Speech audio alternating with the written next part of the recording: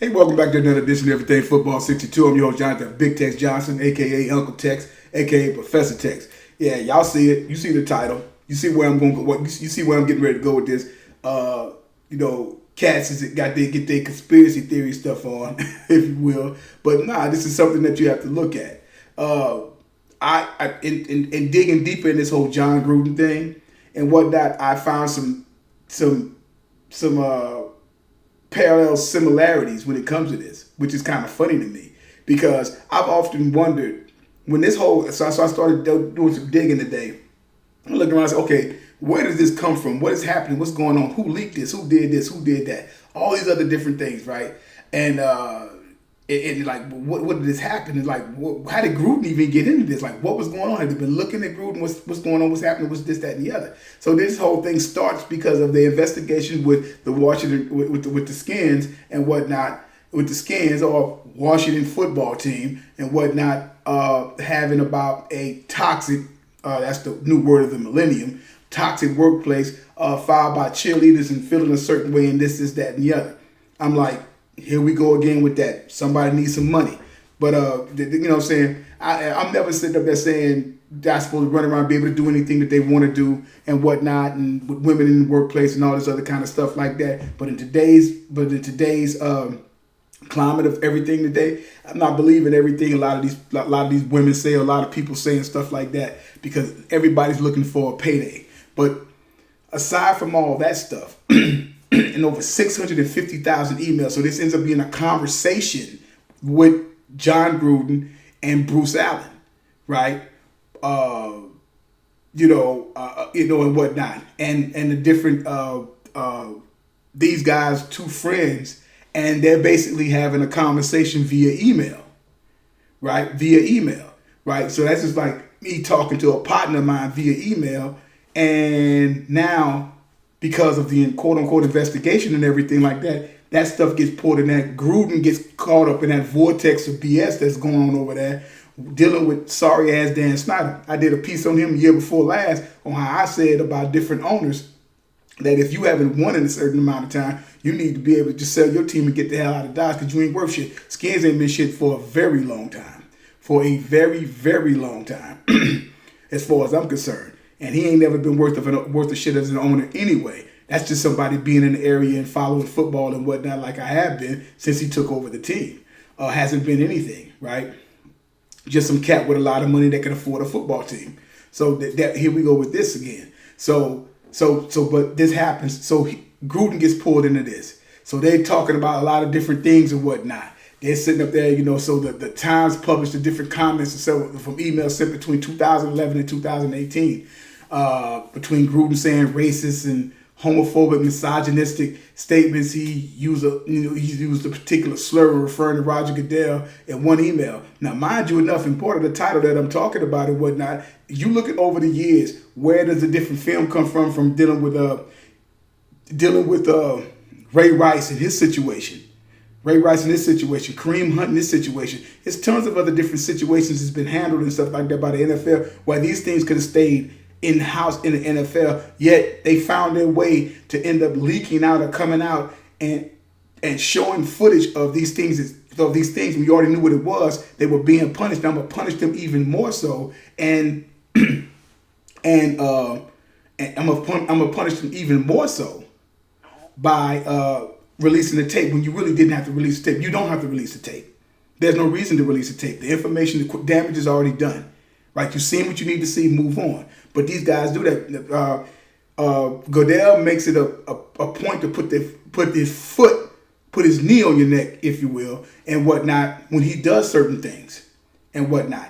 And I'm going to go back to Goodell a little bit later on as well. But you look at the parallel difference between why I'm using that particular person. When I talk about J. Edgar Hoover, when I'm talking the FBI and NFL and talking about J. Edgar Hoover and talking about Roger Goodell. Because Roger Goodell, if I'm not mistaken, Roger Goodell has a brother who was gay and all this kind of stuff like that. He said, I used to fight for him and stuff like that. It always was mentioned that, J. Edgar Hoover was gay and stuff like that. These guys methodically go after people and stuff like that. Or if somebody says something about them, they're going to go after them and everything like that. J. Edgar Hoover being a lawman, but being more smug at least some of the different documentaries that I saw, Goodell try to make himself like he's cool, giving guys dap at the draft and the hugs and all that stuff that they never really seen before and whatnot.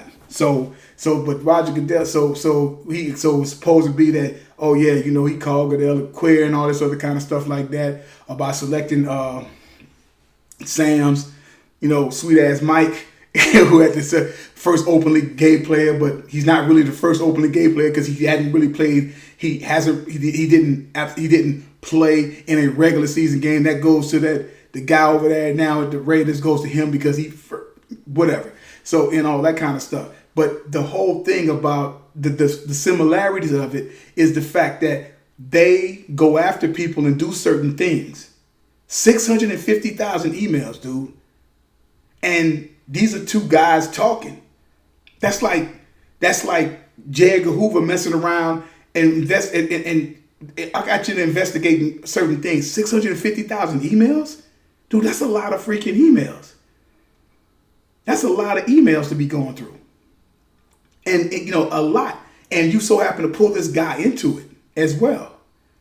And all that. So you're doing investigations, you're doing all this stuff. You finding film on guys. I'm talking about whether it was Kareem Hunt, Ray Rice, and that whole situation there. It's tons of stuff. Like I said, dude, look, hypocrisy, let's get out there. It's murderers that's played in the NFL. It's cats that whip their goddamn wives' asses in the NFL. It's cats that been in the drug game or whatever that's been in the NFL and whatnot. We can go on and on as drunks, as dope fiends. All of them play in the NFL. All of them playing sports some way, form, or fashion. All of them getting their trucks and cars and go to work in the morning in some type of workforce. That's what happens and whatnot. If you break the rules and whatnot of the company that you work for, the institution you work for, then a lot of times you get fined, or you either get fined or you get disciplined or you get fired, right? And that's fine. There's not a problem with that. But now now you're going over into guys' emails having conversations. That's the same thing about, so if Dr. Martin Luther King having a conversation with whomever, why do they feel as though so Hoover would go and bug phones and whatnot? They was known for bugging phones and doing all these other different type of things. So Goodell is almost doing this, and now I'm checking your emails. I'm checking emails. So if we're going to be doing all these types of things, anybody that's involved with anything that combines with the NFL, you better be very cautious of what goes on or who you deal with and whatnot, because these guys can sit up there. There's already investigation teams in the NFL. I get it. When you're getting ready to pay a lot of money, well, and that comes from the owners, because the owners basically, owners and, subsequently the owners or whatever are, Goodell is supposed to be, the owners, Goodell's bosses are the owners and all this stuff. When these guys, all these teams have investigators go check guys out because you're getting ready to put a lot of money in the player and whatnot. You want them to be at least somewhat decent. So they say, wink, wink, right? But at the end of the day, it's like, people are going to end up doing what they're going to do, right? But there's a fine line between letting somebody them live their lives and then you sitting up there constantly investigating them and checking this out and checking that out and doing this and doing that. Well, if you're going to do that for the whole. Like, these are guys having a conversation.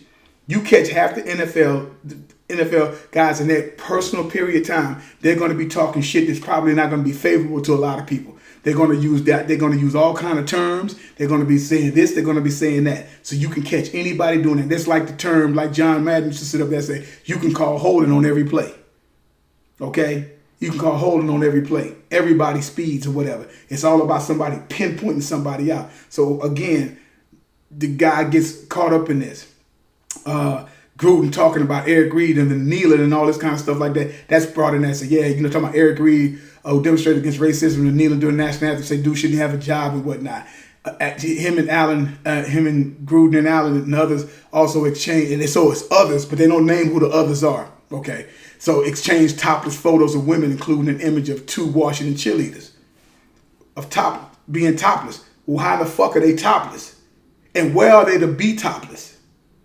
And men look at topless pictures of broads all the fucking time. So what the fuck is we talking about? Matter of fact, if you just want to get into it, women out there in the gap that call themselves cheerleading for the NFL, look at how they dress. That's technically a pair of panties and a fucking bra on. So get the fuck out of here with this shit. And if you're going to do your investigation, probably half them heifers anyway are going to probably be in some my fans only page. Probably goddamn renting themselves out. Just keep it 100. Keep the shit 100. Let's cut this penny ante ass bullshit out. And for Goodell to act like he gives a fuck about really any black players for that matter, it's full of shit. Because now he said, well, I didn't really realize the thing about Colin Kaepernick and what he was trying to do. You idiot. What do you mean? It was simple. He was just doing it for that particular purpose of saying the injustice and stuff like that. Whether you agree with him or not, that's irrelevant. That's what the man told you what it was, and that's what it is. That's what it was. And then eventually all the stuff that blew up in 2020 and we didn't know Colin and stuff like that. No, people were telling you during that time, but you fucking wasn't listening. But you now you like this now you know what I'm saying that wasn't, that's almost like Edgar Hoover that was sitting up there saying, well, the mafia didn't exist. It's full of shit, man. Get the fuck out of here. See the parallels? See the stuff? See some of the similarities and the egotisticalism of these type of guys and whatnot. So you got somebody coming from, like I said, Gruden coming from a big football background. Allen, his old man, was Ross's legendary head football coach and stuff like that, who won a Super Bowl and everything like that. But I'm bugging out on 650,000 emails. Somebody's out to get somebody. So in other words, if Goodell feels a certain way about somebody, he's gonna get them. And like I said last night, it was basically that the Raiders knew, and it's like, okay, well, this should probably pass by. If you don't do nothing, we're gonna drop some more emails, and we're just gonna keep dropping. All of this going on, but look at how this is going. But all this going on, and then on the watch in the Redskins house, Snyder had to probably hit $10 million on a fine or something like that, but he's still the owner of the Washington Redskins. He's still the owner of Washington Redskins. So it's like, so what are you really doing? It's somebody that you get pissed off and mad at, that I'm start investigating them and pull up shit on them. You see what I'm saying? That's what I'm talking about. What are you doing? And these guys, these ball players, they better watch it, because we can sit up there and go in all day. We you know what I'm saying? And that whole thing about all of us, we can do our part in that and all of these different things and whatnot. So in football, and you can wear these slogans and all this other type of bullshit that means nothing, in racism and shit. That's all talk, partner. It's about action. And NFL ain't did shit about action. NFL is about the fucking NFL and always have been. I'm not a fool. I know what the hell is going on. But at the looking at it this way here, it's like Gruden ain't the first and he ain't the last. He's just somebody that got caught up in an investigation where it wasn't even about him. But then as time went on, that guy know the different relationships with some of these guys have. Let me see what's in these emails, because he's talking, he's saying this and he's saying all these other different type of things. So let me see what ends up happening. So there it is. So he gets caught up in there with Bruce Allen and the Redskins over a conversation two friends are having. You will find that conversation going out through men of all different races every fucking day, man. So somebody has a personal vendetta. So if he has a personal vendetta with you, and I'm talking about Goodell, you better watch it, especially him being the most powerful person in the NFL as far as that goes, aside from the damn owners. You know what I'm saying? So and all that. And you talking about the franchise of the Raiders dealing with the first black coach and all that, and talking about, Amy Tass is a first female chief executive, and all these different women that's in the NFL now. Whoop-de-doo. Who cares? You know what I'm saying? Who cares? But I will say this. I see what I'm saying. But but this is what I say. That's what I'm saying. And look at the similarities of all this type of stuff. Again, dude, I got like 1,000 or some emails on the email thing that I don't even look at. I said, damn, I got 1,500 emails. I couldn't conceive 650,000 emails. What are you trying to do? What are you trying to accomplish? You are trying to get somebody. And like I said, you pick and choose who you want to get. You pick and choose. Players make the league, no matter what anybody says. So, of course, so the people say about Deshaun Watson, this is that, the other, da-da-da-da-da-da. Hey, man, that's the way it goes.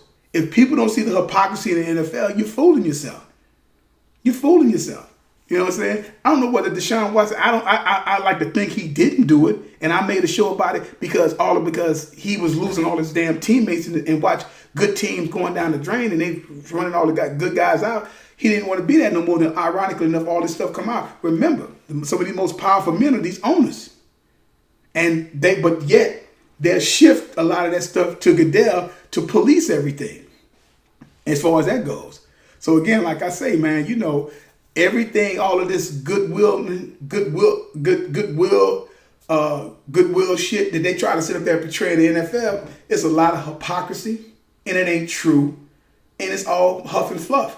And you got somebody like Goodell, if he has a vendetta against somebody, he's going to go after him. And he can, via email, social media, whatever means. Them guys' phones might be being bugged every fucking day. But a lot of times you don't have to do too much of that because people are doing that just within the confines of social media. And all I got to do is check that out or break into your emails.